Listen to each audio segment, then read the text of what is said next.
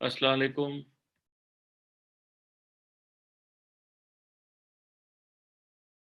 Are you guys able to hear me? Yes. Good. I'm sorry it took me 2-3 minutes to sign in this time. I think I made a mistake while I was trying to sign in. So just excuse me for that. I'm right here with you and we're just going to start. You already have how many? Five participants. All right. How are you guys doing? Good.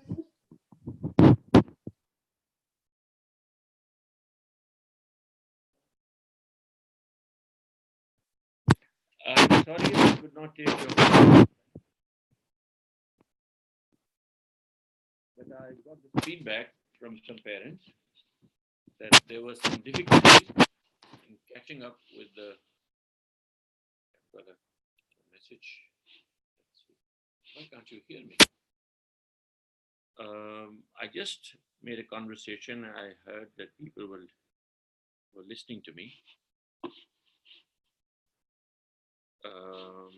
What can I do about it? I can raise my volume. There's a lot of static. What do you mean by static? There's some unnecessary noise. Not able to hear me? Maisha and Iman and Aisha. Anything? It's hard to hear me. Oh, okay. What can I do about it? I was told there was a news on the TV. There was something wrong with the basic internet data cable of the country. I'm not sure if that has something to do with it. But the video is the video all right? Yes. The video is all right. And is my voice any better? For me, your voice is better. Okay, let's proceed, and we'll try to see if it gets better. And I'm able to hear you, and you're able to hear me. So I will start by inviting any questions, any clarifications, any difficulties you had last time. So most welcome. Please speak up, write in the chat window, or just speak up anybody anytime before we start today's session.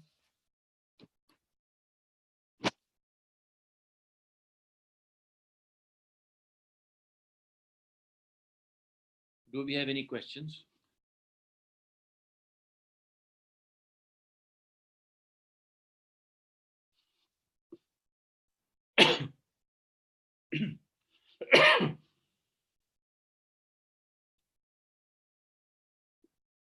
Did you guys have any problems last time when my colleague Mr. Bassett took the class?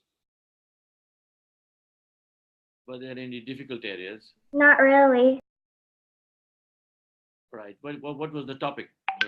Ghazwa Uhud? The Battle I don't of think Uhud? so. So who's going to tell me what was the main lesson for Muslims of that time and Muslims of today about, what we can learn from the Ghazwa Uhud? What was the one most important lesson? Anybody?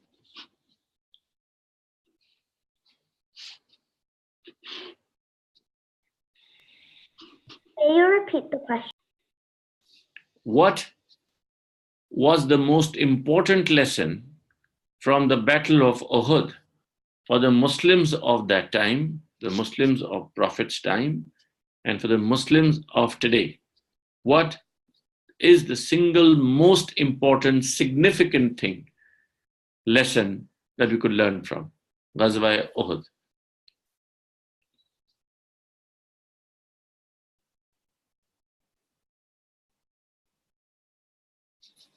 When the prophet's with people and they listen to him? Yes, yes. That is the most important thing.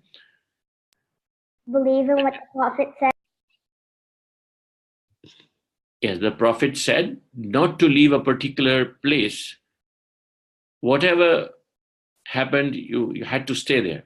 No matter what comes your way, you had to stick to the place where the prophet stationed you. Is that what you mean? Yes. Good. So, when the prophet is among his people, then Allah makes sure that the people are rewarded or the people are punished right away. So they learn this important reality, this important God's method, God's uh, sunnah, God's way of doing things to his believers is the fact that if they disobey, then they are punished. They are punished right away. There is a punishment on the day of judgment, but they are punished right away when the Prophet is among them. So what happened was that the Muslims lost a lot of believers at the hands of kuffar. There was an initial victory and Muslims were rejoicing and they were collecting the booty from the war and they were all very happy. Then suddenly these people who were there to protect one deficient area of the unprotected area, and from there Khalid bin Walid attacked. And Muslims' victory changed into a defeat. And such hard times came that Muslims started killing one another. And there was a rumor that the Prophet had probably passed away. Then he was also killed. So the Muslims and the believers lost their morale to fight. There was a lesson that whenever you got a prophet's advice and a directive, an order, or whatever you can call it, a direction, then you as a people and as an individual, you're always bound to stick to it. But it was the most important lesson of Surah Ghazwa Uhud. And you should also remember that Ghazwa Uhud and Ghazwa Badr and Uhud, both are mentioned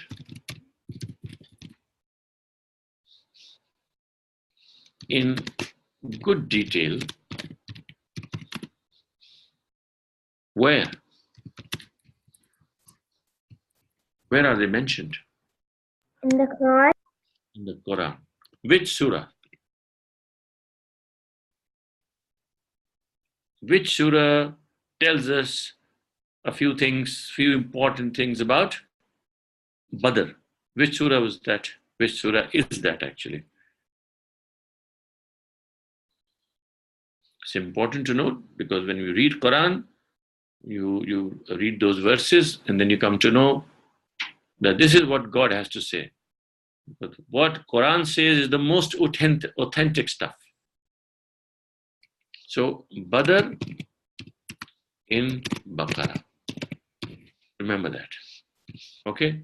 Both with B. Badr in Baqarah and Uhud in come on.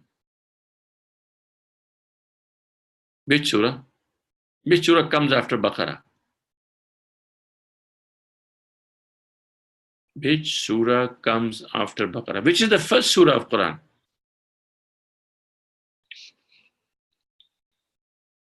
Which is the first surah of Quran?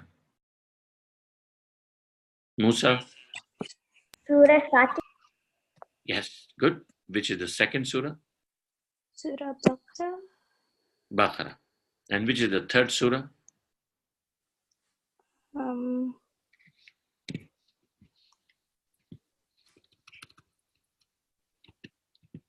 Al-Imran.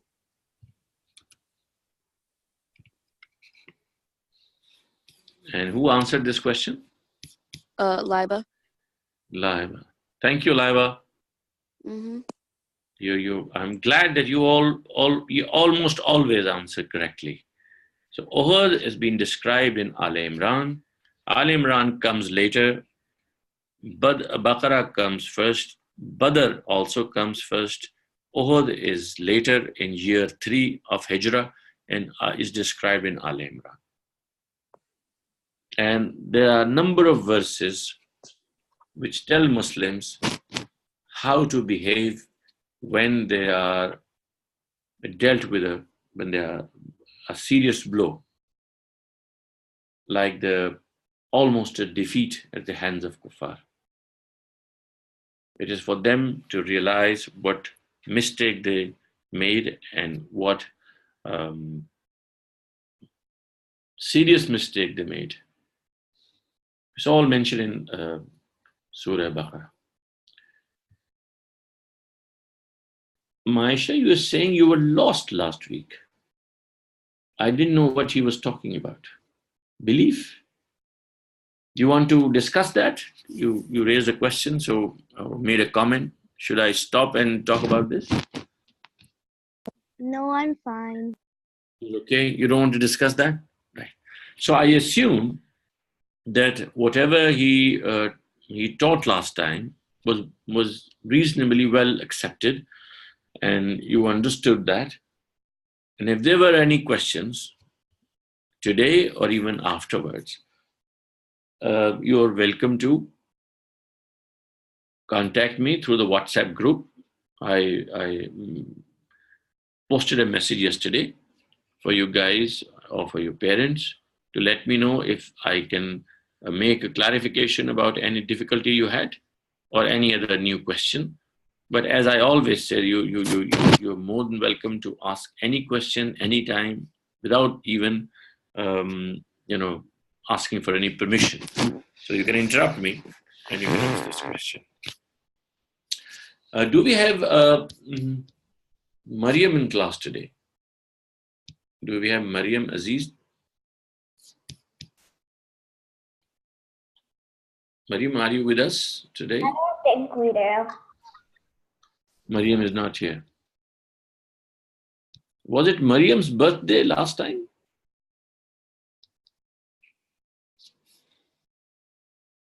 I think I got her mother's message that it was probably hers or one of her siblings' birthday. So I thought I would talk about what is the day that the Prophet was born. Your mic's messing up. I can't hear you. Yeah. So And what is the day that the Prophet was born? Prophet came into this world. There's a term for that. There's an Arabic word for that. Anybody know that word?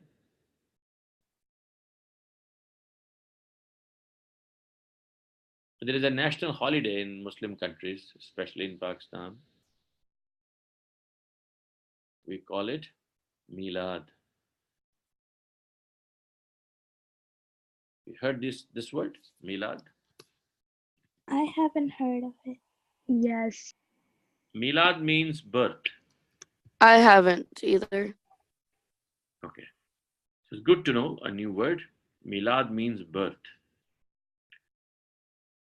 In some of the Muslim countries, Muslims celebrate this day that they think is the day when the Prophet was born.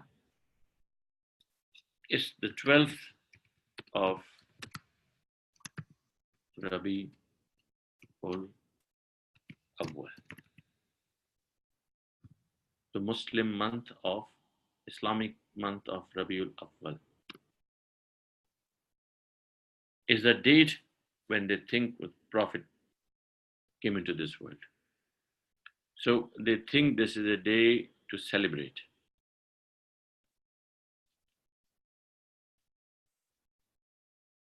And then they made an additional change. They started calling it Eid Milad. Have you heard of this name? Eid Milad. No, No. I haven't heard this either. Because this Maybe. is not celebrated in West. Eid Milad al-Nabi. What is Laiba Abdullah Amir saying? I wanted to ask a kind of unrelated question to what you're talking about, but it goes with like what we're talking about, like about the prophet. Go ahead. So he was the last prophet, right? He was the last one. The last He was what? prophet. Was he the last prophet? And there were no Muslims when he was the prophet, right? Until he like made the Muslims. No, this is not entirely correct. Okay, because my question was because he was the last prophet and the other prophets did like the same stuff that he did, and I wanted to ask if what happened to the Muslims that they taught and like told to believe in God and stuff. People before him or? Before him. Yes. Well, that's a very good question. Thank you, Laiba. Well, you should always remember that, God sent prophets. And who was the first prophet? Prophet Adam alayhi salam. Prophet Adam alayhi salam, or Adam. When he was created by Allah, he was also the first prophet. He was the first human being and he was the first prophet. Okay. And God sent him, made him a prophet so that he could tell people what Islam is. There has always been one Islam, one God's message sent through all messengers before Hazrat Muhammad Sallallahu Alaihi Wasallam. Every prophet came with the same message. So they were Muslims and they were called Muslims. However, this particular name as to being called a Muslim, as Quran says, was first named by Hazrat Ibrahim. The Prophet Abraham named you as Muslims. But we should not forget that the message of Ibrahim, the message of Noah, the message of Adam, the message of Hazrat Dawood or Hazrat Suleiman, Hazrat Jesus or Moses were all similar. So in that respect, it was Islam as a message, and whosoever believed became a Muslim. Does that explain to your satisfaction, Laiba?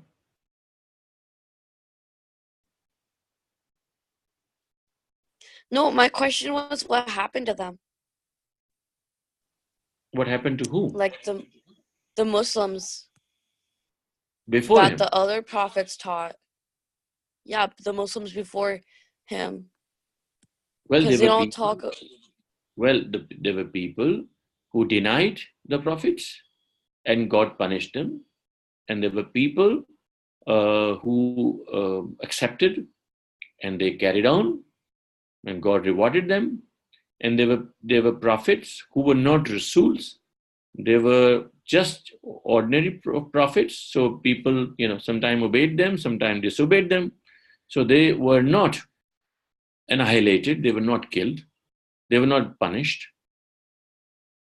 So, for example, if we just focus Hazrat Muhammad's time, the Quraysh in Makkah knew about Hazrat Ibrahim, knew about him.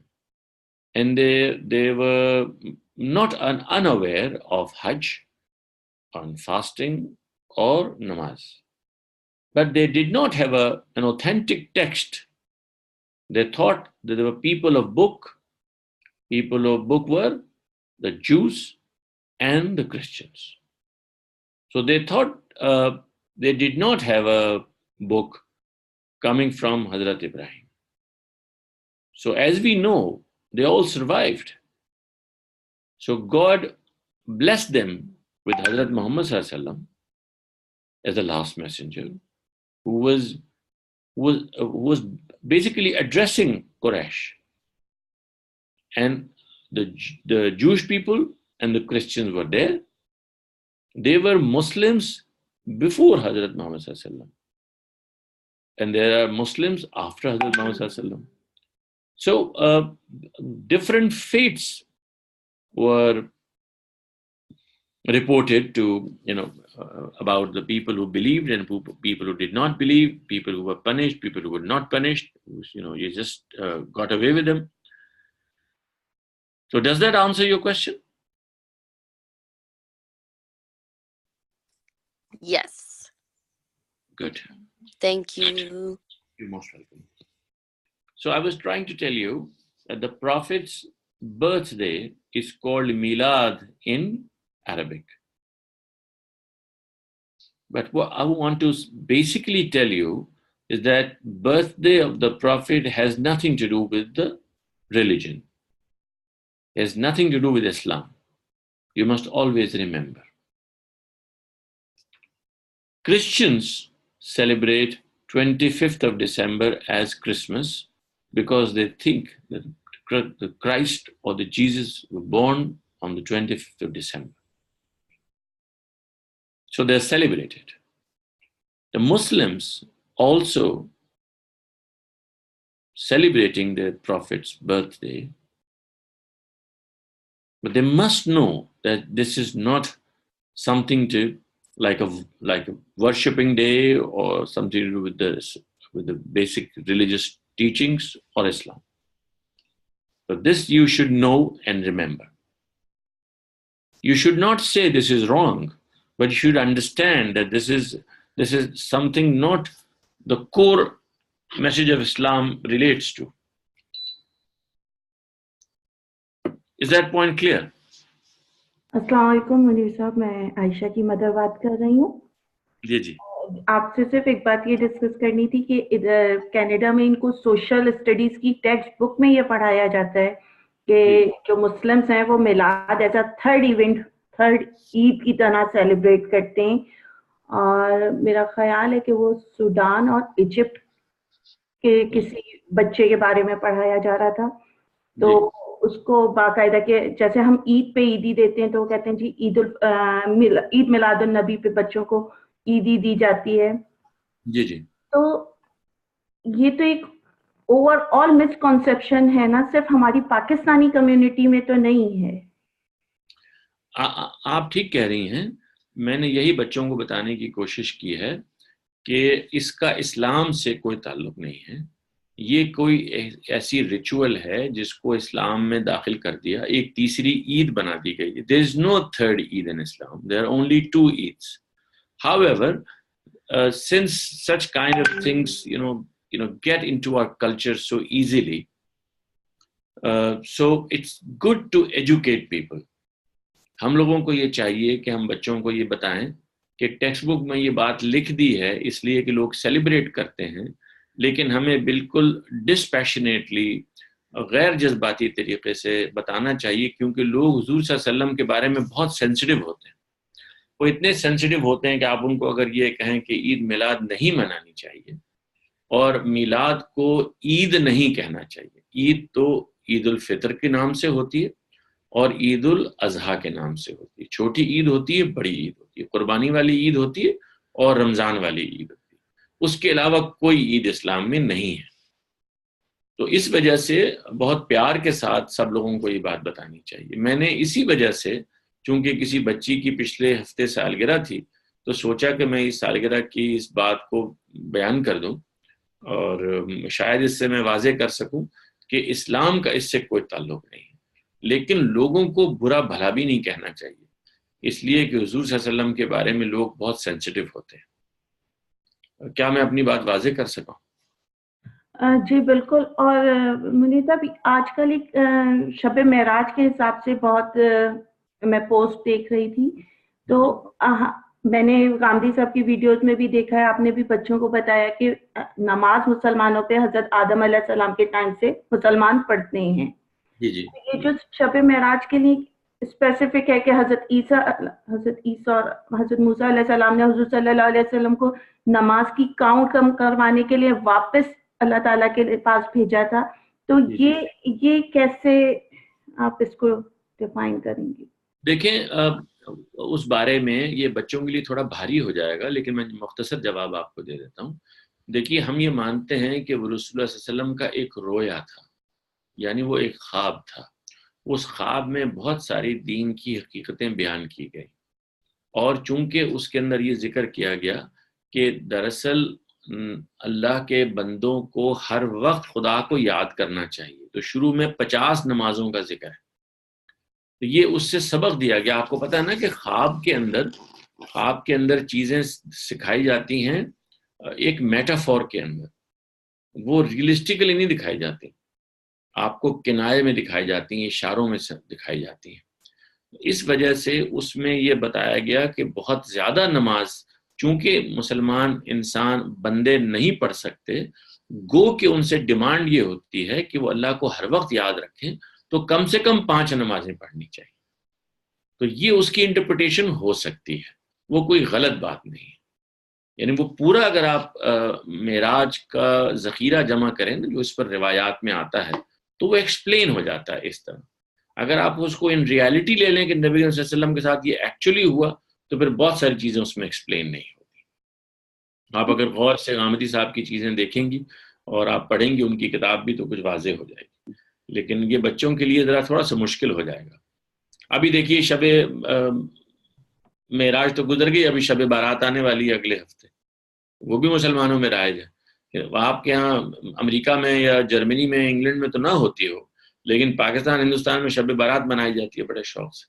اب اس کی بھی کوئی basis نہیں ہے, کوئی عبادت کا دن نہیں ہے, کوئی خاص ریچول اس رات میں کرنا نبی صلی اللہ علیہ وسلم سے بالکل ثابت نہیں.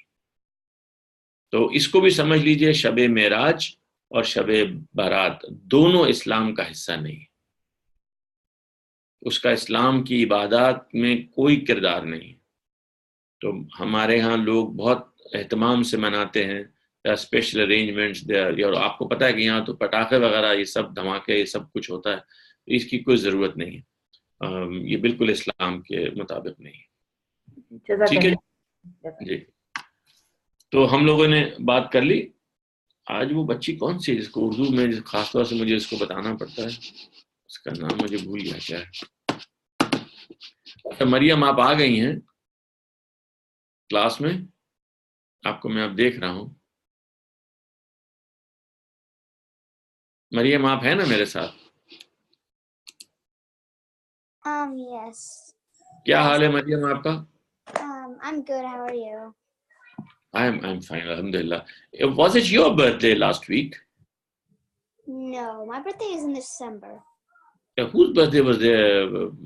Your mother told me there was some birthday. Oh, it was my little sister Eliza's. Okay. بہت مبارک. اچھا. Okay. And who is that girl for whom I used to speak in Urdu? Qudsiya. Qudsiya. Is Qudsiya with us today? I don't see her. I think so. I don't know if she's there. Qudsiya is not here. She's my new pen pal. She was from Germany.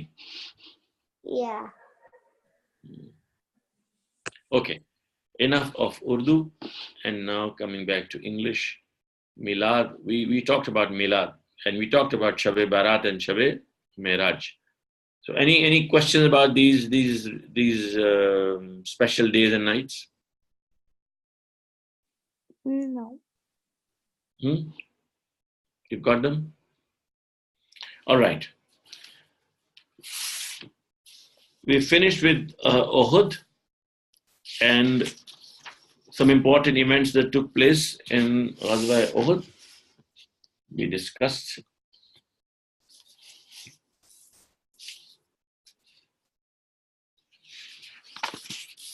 Could you start with the Jewish tribes in your last class? The different Jewish tribes. Sorry? Did Mr. Bassett talk about the Jewish tribes last week?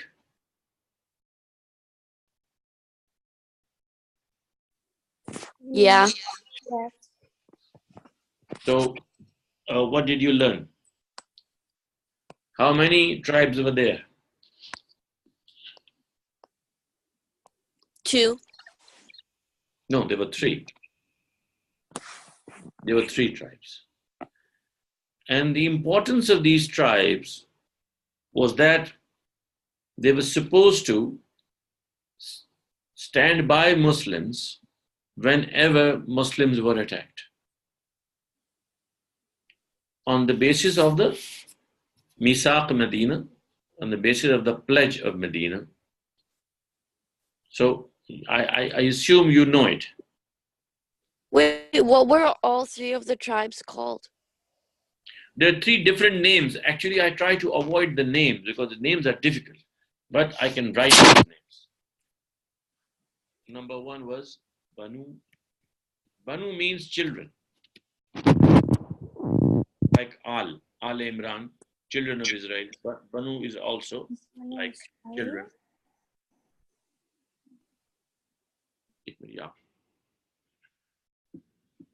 So Banu Qainuqa. This is number 1. Banu Qainuqa. Number 2 is Banu Nazir. And number 3 was Banu Qurayza. Okay? These were the 3 tribes.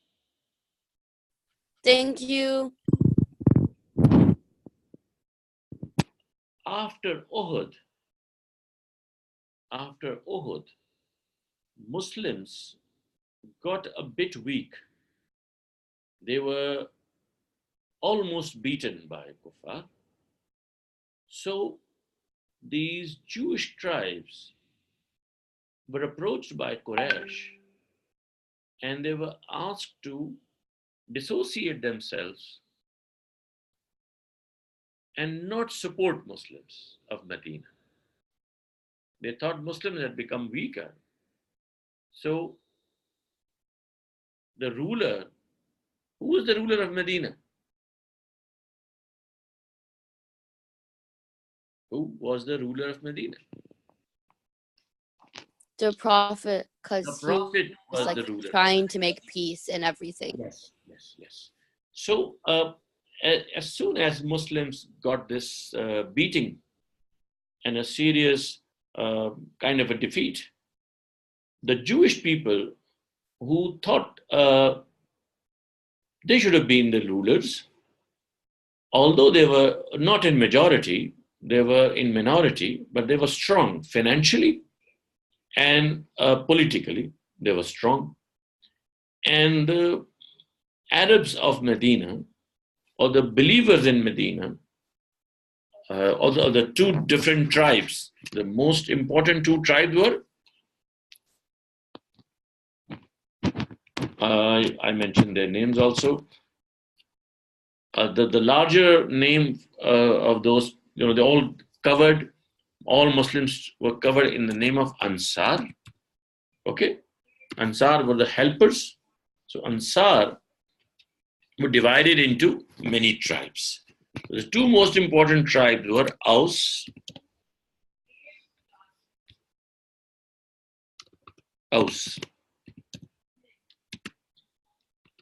and Khazraj.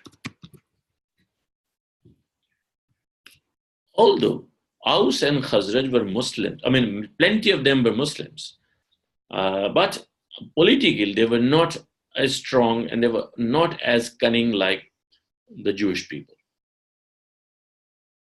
And when they saw that the Muslims were getting weaker, they started to do the conspiracies, started to plot things to make Muslims weak. And when they were questioned as to why, and they were rather rude, they were arrogant, they would not be courteous. They knew they had done something wrong. So first of all, the first of the tribe was Banu Qaynuqa. You can refer to the chat box. Banu Qaynuqa was the first tribe. And the Prophet approached them. And when the Prophet approached them, they tried to attack him. They tried to attack him. They tried to attack the people with the Prophet. And they were then asked to leave Medina. They were then asked to leave Medina. The tribe, Banu Qaynuqa, were the first ones to sent in exile. You know, they were not allowed to remain in Medina as citizens, because as citizens you had to abide by the rules they all agreed by virtue of the Misaq-e Medina. So this was the first of the tribes. But plotting against the Muslims and the prophets did not stop. They were people from Makkah, the Quraysh. They knew that Muslims were not eliminated. You know, plenty of their strength was still there, and they were afraid that they might get stronger and hit back at them. So they didn't want to leave Muslims like that. So they approached different non-believing tribes among the Arabs, among the Jewish people, and all along Medina and around Makkah, and wanted them to support them whenever they attacked Medina next time.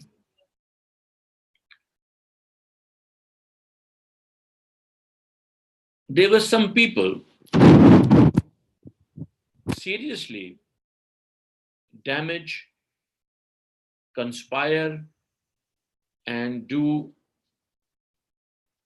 heinous things, do very seriously wrong things. And one of them was Ka'b ibn Ashraf. Ka'b ibn Ashraf.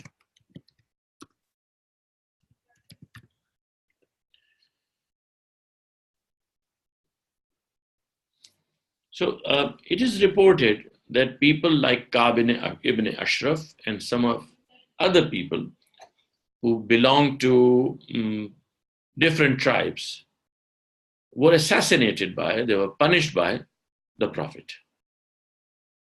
And this brings us to another point, which is not very well understood, and I want to clarify this. Is this that law of blasphemy?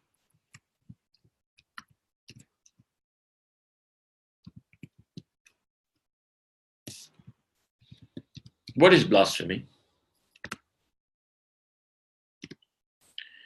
What is blasphemy?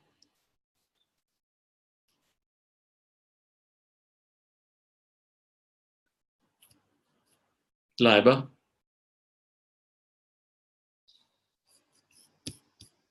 What is blasphemy?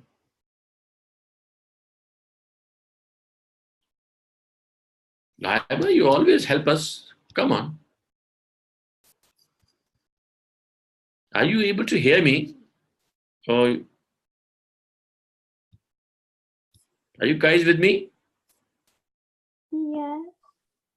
So tell me, what is blasphemy in religious connotation? You know it or you don't know it? I don't know. So let me briefly talk about blasphemy. It is generally understood that disrespecting the Prophet is a grave crime, is a big sin. Well, it is.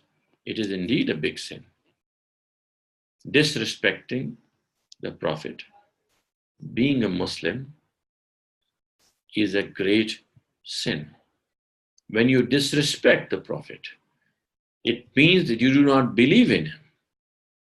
If you believe that somebody is receiving message for you from God, how can you be disrespectful to him? However, there are people who commit blasphemy. Blasphemy is disrespecting, ridiculing, or insulting the Prophet. You got it? Yes. It is generally understood that disrespecting the Prophet, insulting the Prophet, or ridiculing the Prophet makes a believer a non-believer. A believer does not remain a believer if he commits blasphemy willfully, knowing fully well that this is a serious crime, this is a serious sin. Okay? However, there might be people who are not Muslims. If they commit it,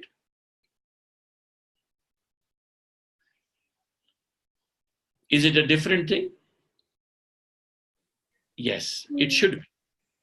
It should be a different thing. It is a different level of the sin. We should not disrespect any prophet.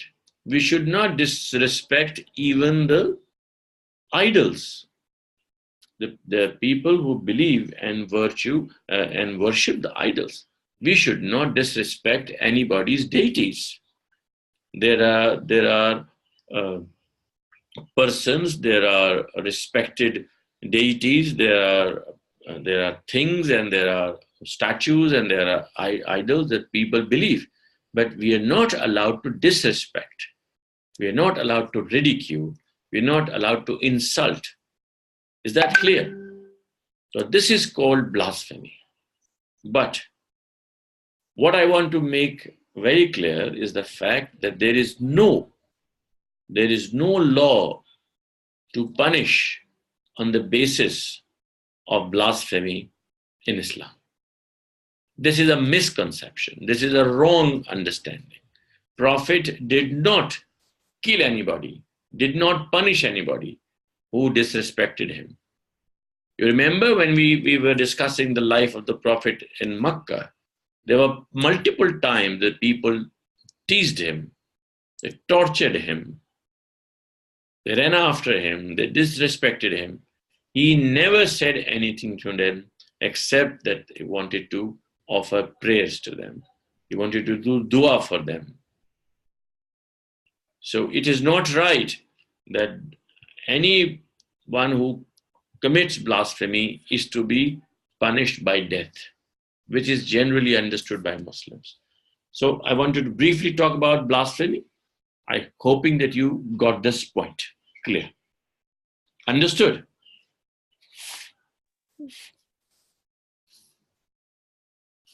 So this is an important event. This is an important event of the assassination of Ka'b ibn Ashraf. People generally think that he was assassinated, he was punished because he committed blasphemy. But this is not right.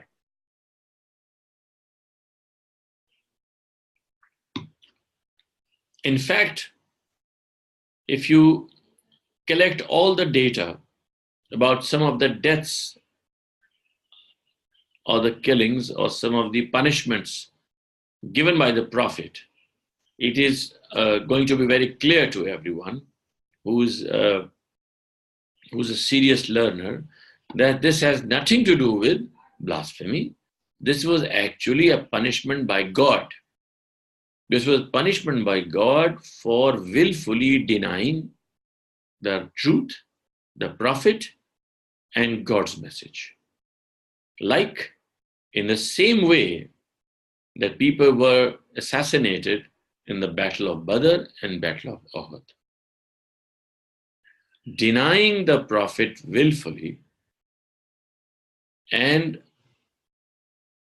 standing against him in a rebellious manner and being rude and arrogant is actually punishable by God.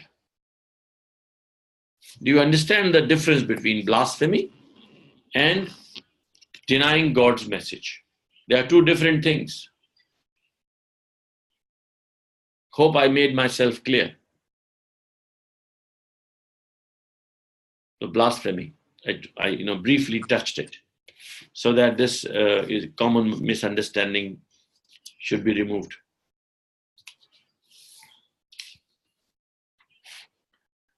The second of the Jewish tribes was Banu Nazir.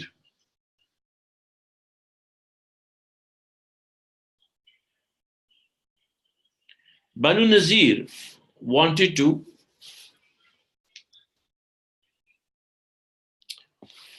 conspire with the Quraysh, wanted to kill the Prophet.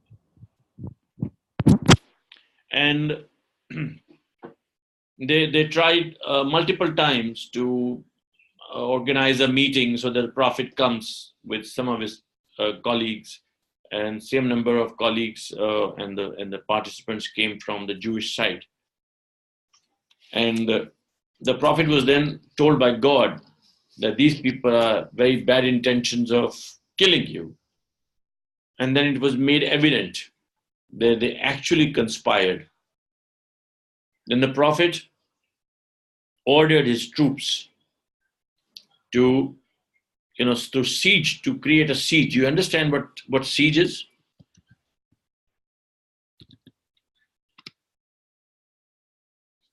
They were in their fort. They had their colonies, and they were just besieged. And the Prophet and his troops wanted them to surrender of their violation and not behaving in a civic manner and conspiring to kill the Prophet. So they were exactly doing what Banu Qaynuqa was doing before them.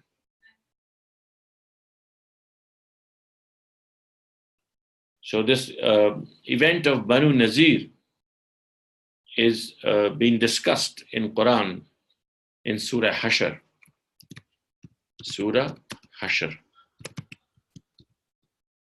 If you have time, you go through the first few verses, and it mentions that the Prophet then, after their surrender, they ordered them to leave Medina. Like he ordered Banu Qaynuqa to leave Medina, then it was a second tribe, Banu Nazir, who were asked to leave Medina. And Surah Hashr, the chapter Hashr, tells us rather in detail about the exile of Banu Nazir.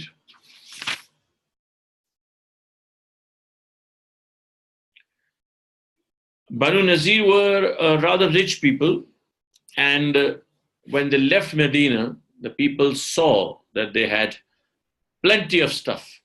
The Prophet allowed them that they could take with them whatever they can on the camels, but it will be a one time to take as much as they want. Otherwise, rest of that leftover, the stuff they leave behind, will be captured by the Muslims, like a punishment.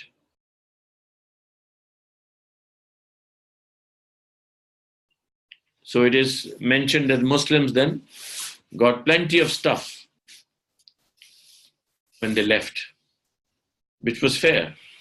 They were given a punishment for violating and conspiring and to willfully denying God's message and standing against the Prophet in a rebellious manner. Not a lot of time left.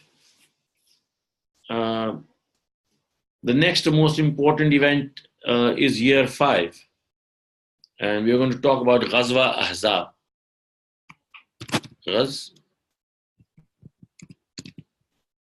Ahzab. And will be in detail taken up next time.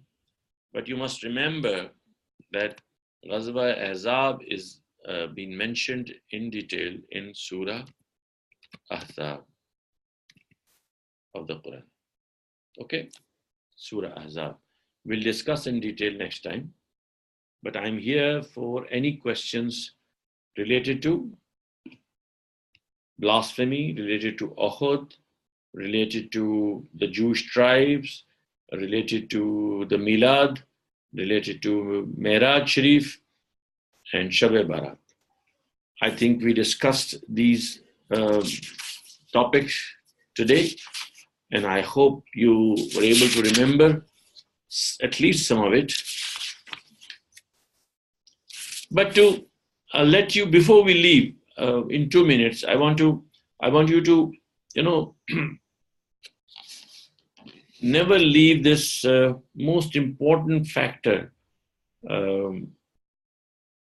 which is related to the story of the Prophet, the biography of the Prophet. You must remember that the Prophet is a, if you just for understanding, believe me that he was the most important character in his own biography. Of course, we're discussing the biography of the Prophet. But there were different other characters. There were people, there were individuals, there were groups, there were places, and there was a setting in Makkah and there was a setting in Medina. So if you have a good idea about the setting, as you learn in your school about a play, where there are characters, and these characters have a role to play, and the play is set in an environment and in a time, it becomes easier to understand. For example, we know there was a Kaaba in Makkah. It was in the 7th century, and there were Quraysh, and there were some believers, and there were some non-believers, and there were Muhajirin, and there were Ansar, and then there was Medina. The Medina society consisted of Muslims, and Muslims consisted of Ansar and Muhajirin, and the Ansar were divided into Aus and Khazraj, and there were 3 Jewish tribes, and there were a big group of hypocrites. What do we call them? What were hypocrites called in Islamic history? Come on, before we leave. Munafiqeen. Okay? Munafiq is a singular, and Munafiqeen or Munafiqun is the plural. The people who did not believe in the Prophet from their hearts, from the inside, but they posed as if they believed. They also consisted of some weak Muslims, and on the other side there were some staunch enemies of Islam and the Prophet. And the most important person among them was Abdullah ibn Ubay. Abdullah ibn Ubay. So only 3 minutes left. So I summarize this last thing for you, never to forget that the story of the Prophet, a biography of the Prophet, must be always visualized with number of these characters and these groups of people, and the 2 important towns of Mecca and Medina. I hope this will help you remember the biography of the Prophet. Only 2 minutes left. Any questions before we say goodbye?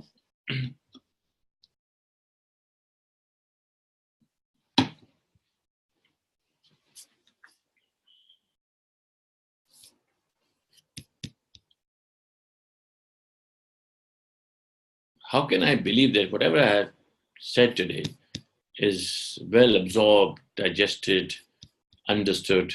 Can I believe that? Yes. I'm so happy. I'm so happy. Allah Hafiz. You tired? No.